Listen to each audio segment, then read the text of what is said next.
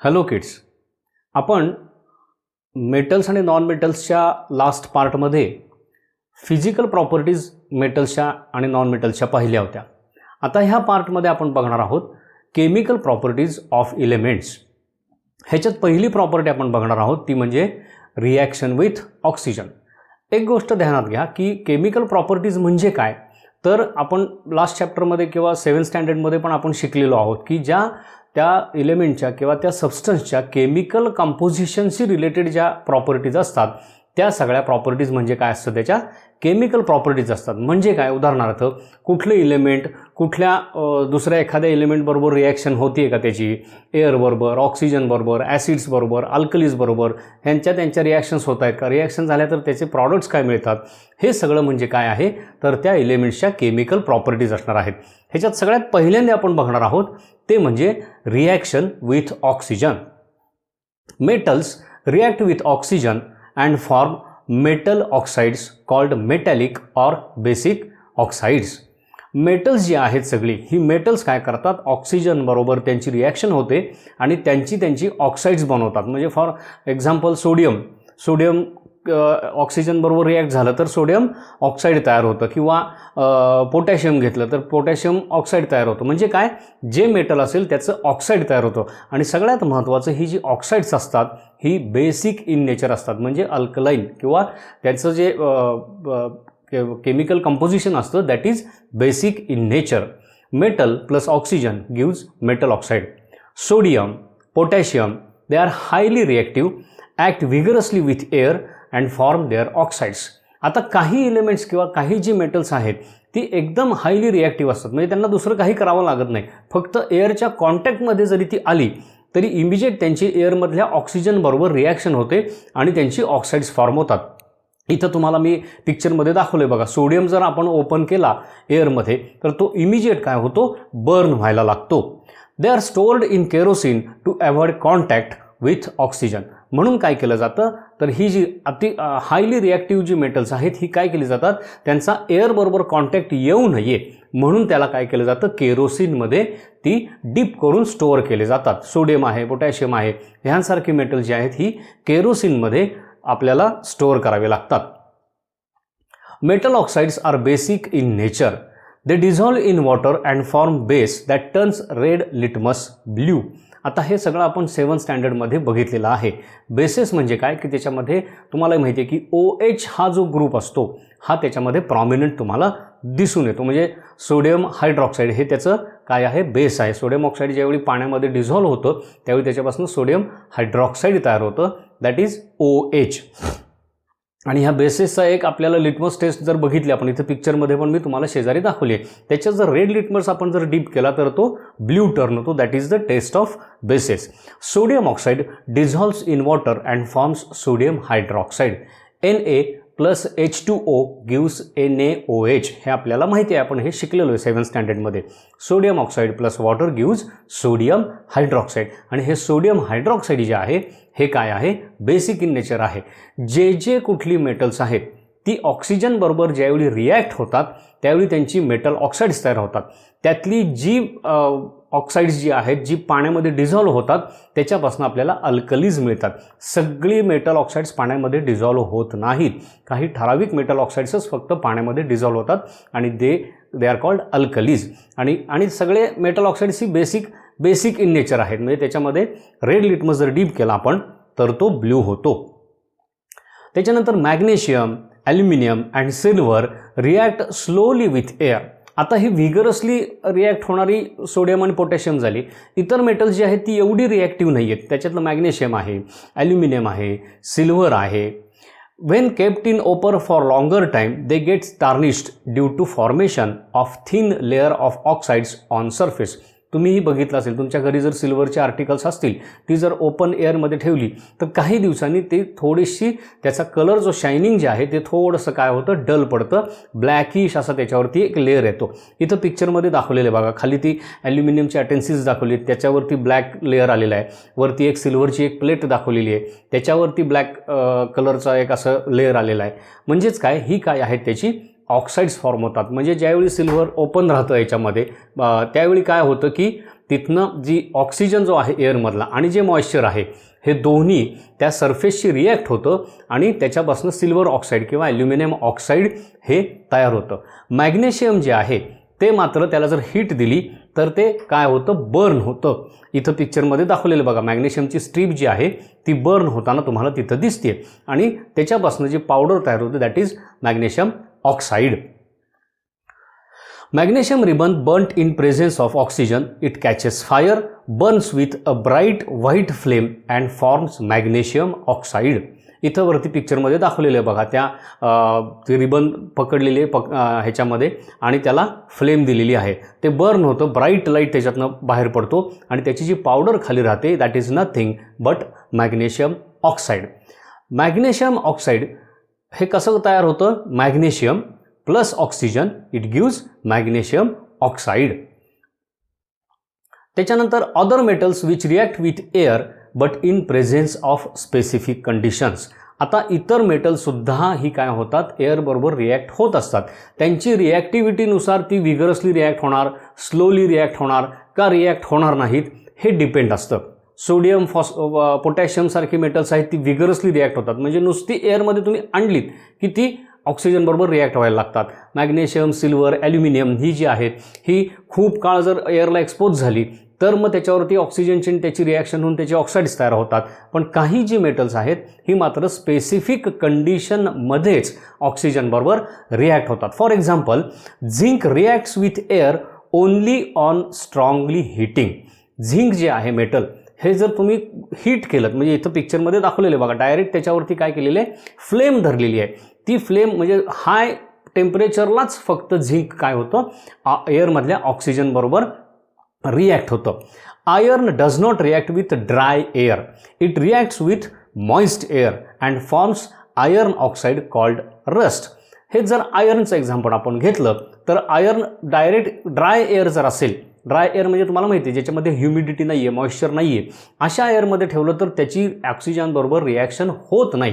पण as soon as it comes in contact with moist air it react with the oxygen and it forms rust. तर ह्या काही गोष्टी महत्त्वाच्या आहेत, ह्या लक्षात ठेवल्या पाहिजेत की कुठली मेटल्स आहेत ही फास्ट रिॲक्ट होतात, कुठली मेटल्स आहेत ती स्लो रिॲक्ट होतात, कुठली मेटल्स स्पेसिफिक कंडिशनमध्ये रिॲक्ट होतात.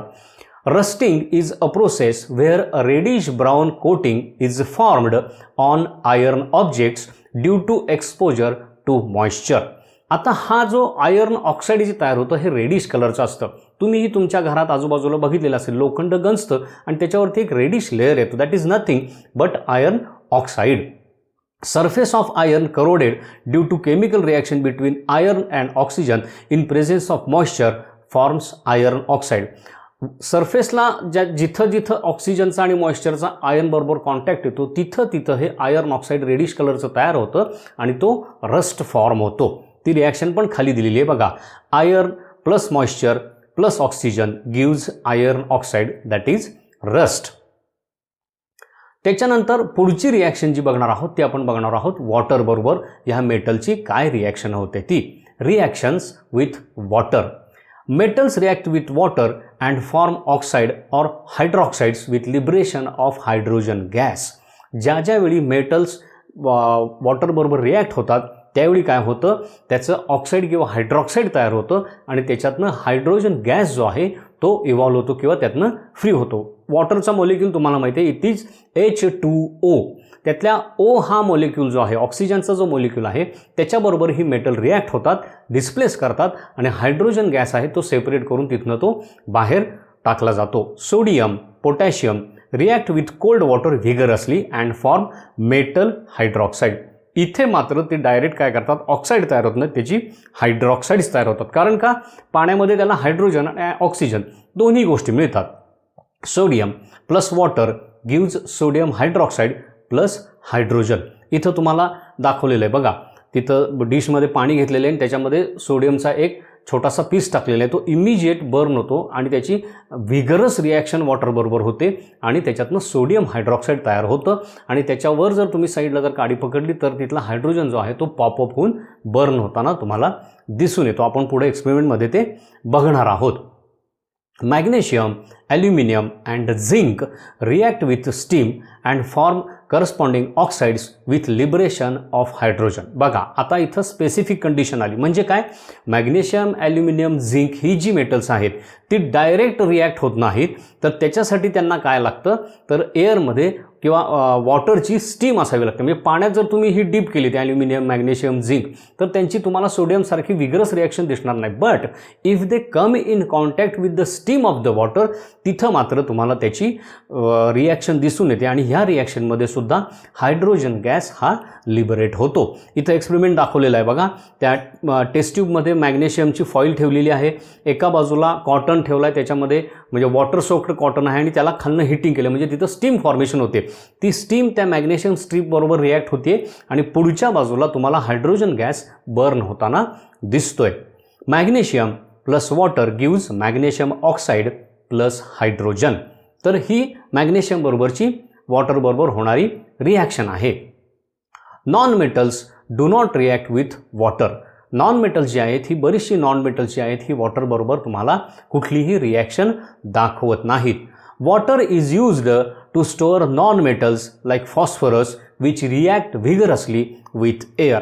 काही नॉन मेटल्स जी आहेत फॉस्फरससारखी ही एअरमध्ये म्हणजे ऑक्सिजनच्या कॉन्टॅक्टमध्ये आली की ती व्हिगरसली एअरच्या कॉन्टॅक्टमध्ये रिॲक्ट होतात. इथं तुम्हाला पिक्चरमध्ये दाखवलेलं बघा, त्या डिशमध्ये एक फॉस्फरसचा पीस ठेवलेला आहे आणि तो काय होतोय, बर्न होतोय.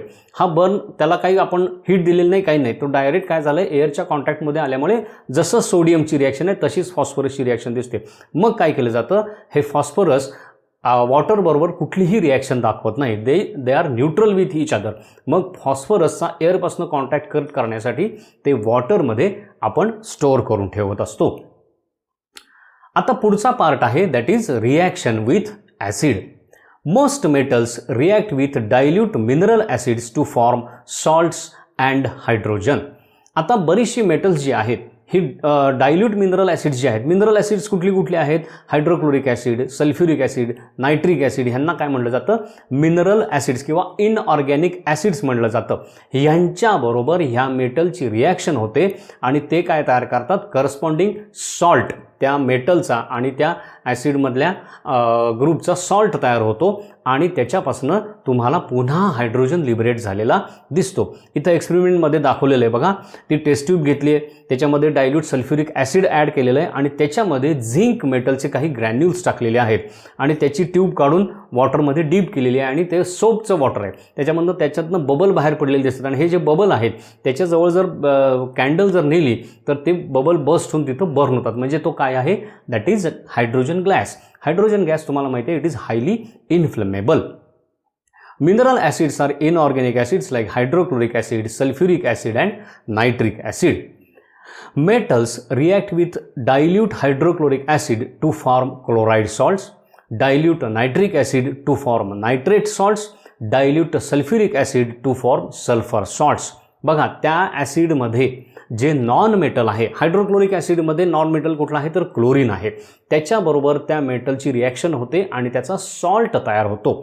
नायट्रिक ॲसिडमध्ये काय आहे तर नायट्रोजन आहे, तर नायट्रेट सॉल्ट तयार होतात. सल्फ्युरिक ॲसिडमध्ये मेन कॉन्स्टिट्युएंट काय आहे तर सल्फर आहे, त्यामुळे तिथं त्याचे सल्फर सॉल्ट्स तयार होतात. Hydrogen gas liberated does not support burning, it self Burns with popping sound. Hydrogen gas जो आहे, ऑक्सिजन हा बर्निंगला सपोर्ट करतो पण हायड्रोजन हा बर्निंगला सपोर्ट करत नाही तर तो स्वतः बर्न होतो. Metals plus acid gives salt plus hydrogen. Sodium plus hydrochloric acid diluted. आता हे सगळे डायल्यूट ॲसिड्स आपण घेतोय, स्ट्रॉंग ॲसिड घेत नाही आहे, त्यामुळे प्रत्येक ठिकाणी तुम्हाला डायल्युटेड ॲसिडच दिसेल. Sodium plus hydrochloric acid gives sodium chloride plus hydrogen. बघा इथं सोडियम आणि क्लोरीन ह्यांचे कंपोजिशन झालं तयार आणि त्याच्यापासून काय झालं, सोडियम क्लोराईड हा सॉल्ट तयार झाला. NaCl तुम्हाला माहिती आहे, आपण जे मीठ खातो that is NaCl. Magnesium plus sulphuric acid gives magnesium sulphate plus hydrogen. Sulphuric ॲसिडमधलं सल्फर जे आहे ते मॅग्नेशियम बरोबर रिॲक्ट होतं आणि त्याचा सॉल्ट तयार होतो आणि हायड्रोजन गॅस त्याच्यातनं बाहेर पडतो. Iron plus hydroxide acid diluted gives hydrochloric acid gives iron chloride plus hydrogen. इथं सुद्धा तुम्हाला असं दिसून येईल की बघा हायड्रोजन हा त्याच्यातला ॲसिडमधला मेजर कंपोनंट असतो. HCl H2SO4 हे काय आहे, ही ॲसिड्स आहेत. मग त्याच्यामध्ये काय होतं, हा हायड्रोजन तिथनं बाजूला काढला जातो, तिथं मेटल आणि नॉन मेटल एकमेकांचे सॉल्ट्स तयार करतात आणि हा हायड्रोजन आहे हा तिथनं बाहेर लिबरेट होतो. Non-metals do not react with acids.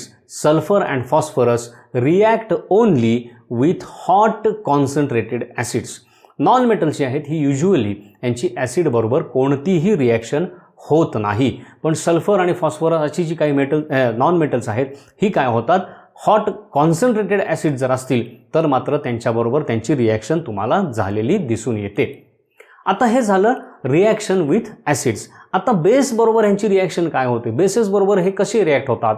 Metals sodium, calcium and aluminium react readily with dilute sodium hydroxide and dilute potassium hydroxide.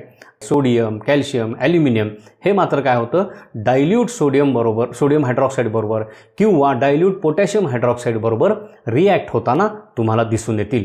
They do not react with weak bases like ammonium hydroxide. पण जी weak bases, आता हे बघा फरक ह्याच्यामध्ये, sodium hydroxide, potassium hydroxide ही एकदम strong base आहेत. लक्षात आलं ना, म्हणजे सोडियम हायड्रॉक्साईड जर इतकं स्ट्रॉंग आहे तर आपल्या हातावर जर ते पडलं तर आपल्या हाताला भासतं, जखम होते. पोटॅशियम हायड्रॉक्साईड सुद्धा तसंच आहे. म्हणजे ही काय आहेत, ही स्ट्रॉंग बेसेस आहेत, त्याच्याबरोबर ही मेटलची रिॲक्शन तुम्हाला होताना दिसते. पण वीक बेसेस जे आहेत अमोनियम हायड्रॉक्साईड सारखी वगैरे त्याच्याबरोबर मात्र तुम्हाला मेटलची कुठलीही रिॲक्शन दिसत नाही. Some metals react with bases produces hydrogen gas. Sodium hydroxide gives hydrogen gas and sodium zincate when reacts with zinc metal. Sodium hydroxide हे जे बेस आहे त्याच्यामध्ये जर तुम्ही झिंक टाकलं तर त्याचं काय होतं, तुम्हाला सोडियम झिंकेट हा सॉल्ट मिळतो आणि त्याच्यातनं हायड्रोजन गॅस हा काय होतो, लिबरेट झालेला तुम्हाला दिसून येतो. Various non metals react with bases differently. Non metals मात्र जी आहेत ही तुम्हाला वेगवेगळ्या बेसेसबरोबर त्यांची वेगवेगळी रिॲक्शन दिसते, ती जनरलाइज करता येत नाही. म्हणजे इथं कसं आपण बघितलं की सोडियम हायड्रॉक्साईड बरोबर झिंकचं रिॲक्शन झाली, सोडियम झिंकेट तयार झालं आणि हायड्रोजन गॅस लिबरेट झाला. तसं नॉन मेटलच्या बाबतीत मात्र तुम्ही जनरलाइज काहीही करू शकत नाही. Reaction between non metals and bases cannot be generalised. हे खूप इम्पॉर्टंट आहे. आता आपण हे बघितलं की सोडियम हे व्हिगरसली रिॲक्ट होतं, त्याच्यानंतर सिल्वर, ॲल्युमिनियम हे मेटल्स थोडेशी स्लो रिॲक्ट होतात. काही मेटल्स आहेत ती अजिबातच रिॲक्ट होत नाहीत किंवा त्यांना स्पेसिफिक कंडिशनमध्येच ती रिॲक्ट होतात. हे कशावर डिपेंड असतं, ते त्यांच्याबरोबर म्हणजे कुठल्याही दुसऱ्या कंपोनंटबरोबर किती व्हिगरसली रिॲक्ट होणार का नाही होणार, किती स्पीडनी रिॲक्ट होणार, हे त्यांच्या रिॲक्टिव्हिटीवरती डिपेंड असतं. Some metals react vigorously with acids, others do not. काही मेटल्स आपण बघितलं आत्ता ॲसिड बरोबरच्या रिॲक्शनमध्ये, काही मेटल्स आहेत ही ॲसिड बरोबर इमिजिएटली रिॲक्ट होतात, पण काही मेटल्स मात्र होत नाहीत. Accordingly they have been arranged in decreasing order of reactivity in a series called reactivity series. आता जे मेटल किंवा जे एलिमेंट ज्या पद्धतीने रिॲक्ट होतं त्या पद्धतीने त्याची रिॲक्टिव्हिटी सिरीज लावलेली आहे. जी हायली रिॲक्टिव्ह आहेत ती त्या सिरीजच्या सगळ्यात टॉपला आहेत, जी लो रिॲक्टिव्ह आहेत ती त्या सिरीजच्या सगळ्यात बॉटमला असतात. Most reactive metal potassium at the top of the series, list reactive metal platinum at the bottom of the series. बघा इथं तुम्हाला राईट साईडला तो आपल्याला रिॲक्टिव्हिटी सिरीज दाखवलेली आहे. त्याच्यात जर तुम्ही बघितलं तर पोटॅशियम जे आहे ते सगळ्यात टॉपला आहे, मोस्ट रिॲक्टिव्ह, आणि सगळ्यात खाली जर बघितलं तर तुम्ही प्लॅटिनम तुम्हाला दिसेल, दॅट इज लिस्ट रिॲक्टिव्ह. म्हणजे प्लॅटिनम हे फारसं कोणाबरोबर रिॲक्ट होत नाही, व्हेअर ॲज पोटॅशियम, सोडियम ही मेटल जी आहेत ही इमिजिएट किंवा फास्ट रिॲक्ट होतात. मग हा जो क्रम जो दिलेला आहे ह्याच्याप्रमाणे तुम्हाला त्याच्या रिॲक्शन्स किंवा त्याचे दुसऱ्या कंपोनंटबरोबर होणारी ॲक्शन तुम्हाला लक्षात येते. Metals below hydrogen in the reactivity series do not react with dilute acids. आता इथं हायड्रोजनच्या खाली जे कुठली मेटल्स आहेत ही ॲसिड बरोबर रिॲक्ट होत नाहीत, कुठल्या डायल्यूट ॲसिड बरोबर. कारण का, तिथं कारण पण दिलेलं आहे बघा. They cannot replace hydrogen from an acid as less reactive than hydrogen. ही जी मेटल्स आहेत, हायड्रोजनच्या खाली जे तुम्हाला एलिमेंट्स दिसत आहेत, कॉपर आहे, सिल्वर आहे, गोल्ड आहे, प्लॅटिनम आहे, हे काय करू शकत नाहीत, हायड्रोजनला तिथनं रिप्लेस करू शकत नाहीत. कारण का, हायड्रोजनला रिप्लेस करण्यासाठी त्यांची रिॲक्टिव्हिटी ही हायड्रोजनपेक्षा जास्त पाहिजे. ज्यांची रिॲक्टिव्हिटी हायड्रोजनपेक्षा जास्त आहे असेच एलिमेंट हायड्रोजनला तिथनं रिप्लेस करू शकतात. Copper, silver, gold either react with concentrated acids or do not show any reaction. ही जी मेटल्स आहेत, कॉपर आहे, सिल्वर आहे, गोल्ड आहे, म्हणजे हायड्रोजनच्या खाली दिसणारी ही मेटल्स एकतर अतिशय कॉन्सन्ट्रेटेड ॲसिडबरोबर रिॲक्ट होतात किंवा ती कोणतीही रिॲक्शन ते दाखवत नाहीत. Reactivity series gives information about displacement reaction. This is very important. Displacement म्हणजे काय की एक तिथं जो ऑलरेडी तिथं कंपोनंट जो आहे त्याला तिथनं डिटॅच करायचा आणि स्वतः तिथं अटॅच व्हायचं, ह्याला काय म्हणायचं, डिस्प्लेसमेंट. म्हणजे समजा मी ह्या खुर्चीत बसलेलो आहे तर दुसऱ्या कुठल्या तरी माणसाने यायचं, मला इथनं खुर्चीतनं बाजूला काढायचं आणि स्वतः खुर्चीवर बसायचं, म्हणजे काय, त्यांनी मला डिस्प्लेस केलं. ह्याला म्हटलं जातं displacement reaction. More active metal replaces less active metal from its salt solution. This is called displacement reaction. एखाद्या मेटलचं जे सॉल्ट सोल्युशन असतं त्या मेटलच्या सॉल्ट सोल्युशनमध्ये दुसरं जर एखादं तुम्ही मेटल टाकलं तर त्यांच्यामध्ये डिस्प्लेसमेंट रिॲक्शन होते. केव्हा होते, ज्यावेळी ते सॉल्ट सोल्युशनमधलं जे मेटल आहे त्याच्यापेक्षा त्याच्यात ॲड केलेलं मेटल ह्याची रिॲक्टिव्हिटी ज्यावेळी जास्त असते त्यावेळी ते काय करतं, लेस रिॲक्टिव्ह मेटलला त्या सॉल्टपासून डिटॅच करतं आणि स्वतः तिथं अटॅच होतं. More reactive metal can replace a less reactive metal, but a less reactive metal cannot replace more reactive metal. आता इथं जर तुम्ही बघितलं, ही रिॲक्टिव्हिटी सिरीज जर बघितली तर तुम्हाला लक्षात येईल कोण कोणाला डिस्प्लेस करू शकतं, हे लक्षात घ्या. आता sodium, potassium, calcium, magnesium, aluminium ही जी मेटल्स आहेत ते जर तुम्ही zinc, iron, tin, lead, copper, silver, gold ह्या मेटलच्या सॉल्ट सोल्युशनमध्ये जर टाकली तर ते काय करणार आहेत, त्यांना डिस्प्लेस करणार आहेत. का, कारण ही जी वरची मेटल्स आहेत पोटॅशियमपासून ॲल्युमिनियमपर्यंत they are more reactive than other metals below that. त्यामुळे त्यांच्यामध्ये तुम्हाला डिस्प्लेसमेंट रिॲक्शन ही दिसून येते. इथं आपण एक डिस्प्लेसमेंट रिॲक्शन बघूया. हे पिक्चर तुम्हाला दाखवलेलं आहे बघा समोर. A plus B C gives A B plus C. म्हणजे बी सी नावाचं एक मेटलचं सॉल्ट सोल्युशन आहे, त्याच्यामध्ये ए मेटल ॲड केलं.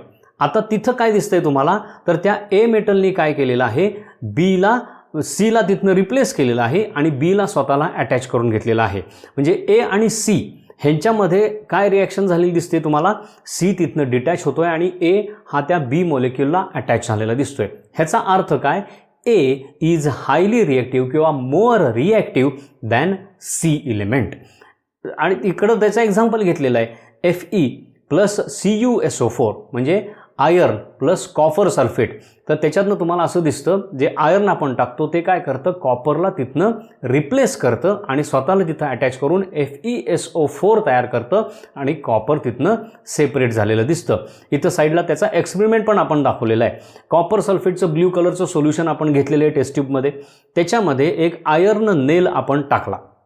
काही 1-2-3 दिवसानंतर जर तुम्ही बघितलं तर तुम्हाला असं लक्षात येतं की त्या आयर्नच्या नेलवरती कॉपर डिपॉझिट झालेलं दिसतं आणि त्या सोल्युशनचा जो कलर आहे तो ग्रीनिश कलर होतो. आता कॉपर सल्फेट सोल्युशन आहे त्याचा कलर आहे ब्ल्यू, कारण त्याच्यामध्ये कॉपर आहे, ब्ल्यूइश ग्रीन कलर आहे. पण इकडं जे ग्रीन कलर जे सोल्युशन तयार झालेलं आहे ते आयर्न सल्फेटचं सोल्युशन आहे. म्हणजे काय झालं, त्या कॉपर सल्फेटच्या सोल्युशनमधनं कॉपर डिटॅच झालं आणि तिथं आयर्न अटॅच झालं आणि त्यांनी काय केलं, आयर्न सल्फेट सोल्युशन तयार केलं आणि जे कॉपर फ्री झालं ते कॉपर त्या नेलवरती आपल्याला डिपॉझिट झालेलं दिसतं. In above example, if iron is added to copper sulfate solution, iron being more reactive than copper replaces copper from the solution and forms ferrous sulfate solution. लक्षात आलं तुमच्या. Displacement reaction म्हणजे काय, परत एकदा मी रिपीट करतो. डिस्प्लेसमेंट रिॲक्शन म्हणजे काय, एखादं हाय रिॲक्टिव्ह मेटल एखाद्या लेस रिॲक्टिव्ह मेटलला त्याच्या सोल्युशनमधनं डिस्प्लेस करतं. ह्याला म्हटलं जातं डिस्प्लेसमेंट रिॲक्शन. आता तुम्ही रिॲक्टिव्हिटी सिरीज जर बघितली तर तुम्ही सहज सांगू शकाल की कुठलं मेटल कोणाला रिप्लेस करू शकतं. कारण ते त्या म्हणजे रिॲक्टिव्हिटी सिरीजचा हा पण एक बेनिफिट आहे की त्याच्यावरनं तुम्ही डायरेक्ट हे सांगू शकता की कुठलं मेटल कोणाला रिप्लेस करू शकतं. हे झालं आता त्याच्या केमिकल प्रॉपर्टीजबद्दल मेटल्स आणि नॉन मेटल्सच्या. कुठल्या कुठल्या प्रॉपर्टीज बघितल्या? पहिल्यांदा आपण बघितलं रिॲक्शन विथ ऑक्सिजन बघितली, त्याच्यानंतर रिॲक्शन विथ वॉटर बघितली, त्याच्यानंतर रिॲक्शन विथ ॲसिड्स, नंतर बेसेस आणि सगळ्यात फायनली आपण बघितलं रिॲक्टिव्हिटी ऑफ दॅट मेटल्स. आता काही कॉमन मेटल्स जे आहेत त्यांचे आपण युजेस बघूया. Iron. Pig iron is used for making pipes, railings, cylinders, storage tanks. हे आपण आयर्नसाठी वापरत असतो. Wrought iron to make agricultural tools, bolts, chains and nails. Wrought iron जे असतं हे कशासाठी वापरलं जातं तर ॲग्रिकल्चरल टूल्स बनवण्यासाठी, बोल्ट्स बनवण्यासाठी, चेन्स बनवण्यासाठी, नेल्स बनवण्यासाठी. आता हे तुम्हाला माहिती आहे की आयर्न आपण कुठे कुठे कुठे वापरलेलं असतं. इथं पिक्चरमध्ये मी त्याचे काही युजेस पण दिलेले आहेत. ते प्लांटमधले जे स्टोरेज टँक्स असतात ते स्टीलचे किंवा आयर्नचे बनवलेले असतात. फॅब्रिकेशनसाठी मोठे मोठे अँगल्स, गर्डर्स वापरलेले असतात. चेन्स बनवतात. आपली जी गेट्स असतात किंवा खिडक्यांची जी ग्रिल्स असतात ती आपण आयर्नपासून बनवतो. जी टूल्स आपण वापरतो कामासाठी ती आयर्नपासून बनवलेली असतात. नटबोल्ट्स आयर्नपासून बनवलेले असतात.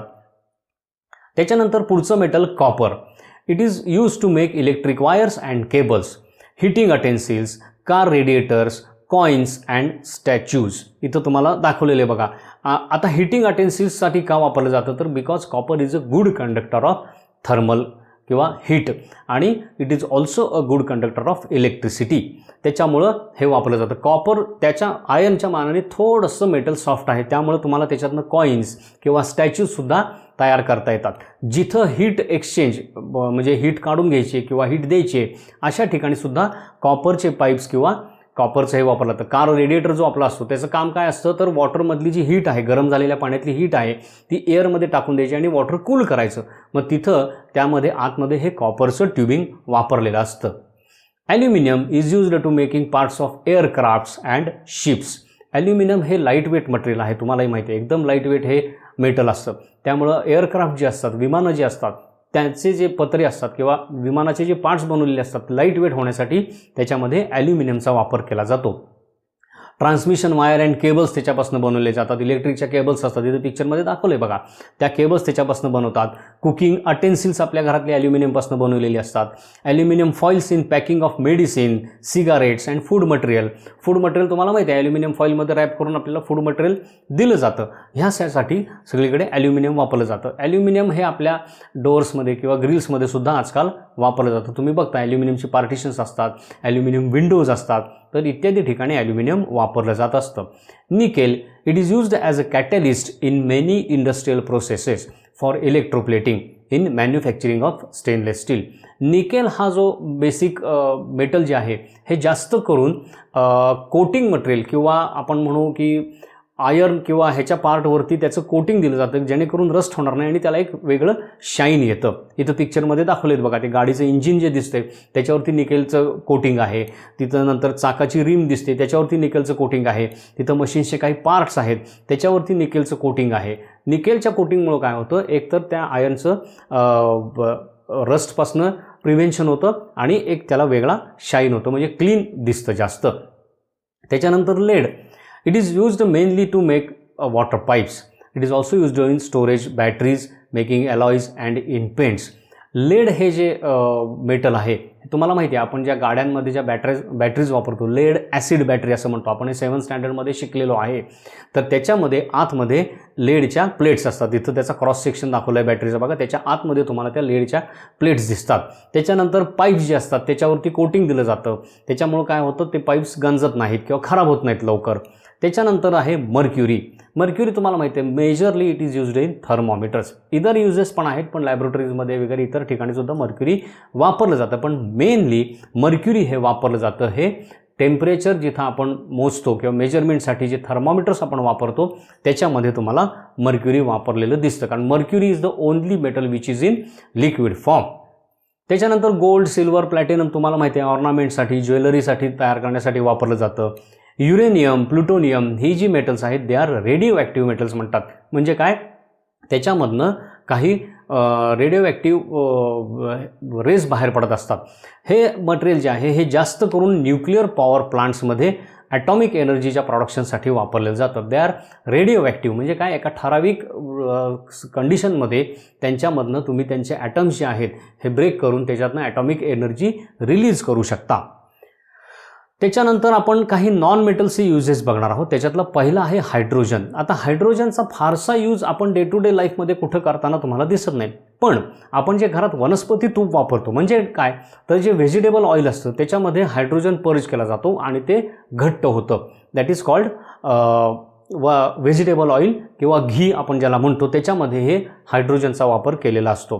तसंच जे स्पेसशिप असतात त्याच्यामध्ये हायड्रोजन हे फ्युएल म्हणून वापरलं जातं, कारण तुम्हाला माहिती आहे hydrogen is highly inflammable gas, त्यामुळं ते डायरेक्ट तुम्ही फ्युएल म्हणून ते स्पेसशिपमध्ये वापरलेलं असतं. तसंच बऱ्याचशा इंडस्ट्रियल प्रोसेसमध्ये रिड्युसिंग एजंट म्हणून, म्हणजे ऑक्सिजन डिस्प्लेस करण्यासाठी हे हायड्रोजन हा वापरला जातो. त्याच्यानंतर carbon in various forms, diamond, graphite, coal, charcoal, हे सगळे काय आहेत, हे कार्बनचे फॉर्म्स आहेत. आता तुम्हाला माहिती आहे डायमंड्स तुम्हाला माहिती आहे कशासाठी वापरला जातो, it is a hardest natural material, त्यामुळं डायमंड जो आहे आपण हा दागिन्यांमध्ये वापरतो. तसंच डायमंड हा कटिंगसाठी पण वापरला जातो. जे आपण बघतो ग्लास कटर जे असतात, ग्लासची कट केली जाते त्याच्या टोकाला डायमंडचा बारीक पॉईंट बसवलेला असतो. तसंच इंडस्ट्रियल याच्यामध्ये काही मेटल कट करण्यासाठी वगैरे सुद्धा डायमंड वापरला जातो. मेजरली तो जेम म्हणून वापरला जातो. ग्रॅफाईट हे आहे, हे आपण पेन्सिलचं जे लीड असतं that is nothing but a graphite, त्याचे ग्रॅफाईटचे इलेक्ट्रोड्स पण बनवले जातात. त्याच्यानंतर कोल जे आहे हे फ्युएल म्हणून आपण वापरतो, हे तुम्हाला माहिती आहे. त्याच्यानंतर चारकोल जो आहे हा डिकलरायझिंग एजंट किंवा वॉटर फिल्टर्समध्ये हा वापरला जातो. आपल्या घरी जे वॉटर फिल्टर्स असतात त्याच्यामधनं क्लोरीन काढण्यासाठी किंवा पाण्याला जो एक स्पेसिफिक काहीतरी वेगळा वास जर येत असेल तर तो वास काढून घेण्यासाठी हे चारकोल फिल्टर्स वापरले जातात. त्याच्यामुळे काय होतं, पाण्यातला वास जो आहे तो निघून जायला मदत होते. त्याच्यानंतर आहे nitrogen. It is used in food Canning industry. Food packet जे आपल्याला मिळतात, तुम्ही जे वेफरचं पॅकेट घेता त्याचं एकदम त्याच्यामध्ये आत काहीतरी भरलेलं असतं बघा, that is nothing but nitrogen. कारण नायट्रोजनमुळे काय होतं, त्या फूडचा जो क्रिस्पीनेस आहे, फ्रेशनेस आहे, हा टिकून राहायला मदत होते. त्याच्यानंतर इलेक्ट्रिक बल्ब जे असतात त्याच्यामध्ये वापरलं जातं, पण नायट्रोजन इज अ न्यूट्रल, बऱ्यापैकी हा न्यूट्रल गॅस आहे, तो हीट बरोबर किंवा दुसऱ्या कुठल्या मेटलबरोबर रिॲक्ट लवकर होत नाही. नंतर प्रोडक्शन ऑफ नायट्रोजन कंपाऊंड्स, काही नायट्रोजनस कंपाऊंड्स आहेत अमोनिया वगैरे, त्याच्या प्रोडक्शनसाठी नायट्रोजन वापरला जातो.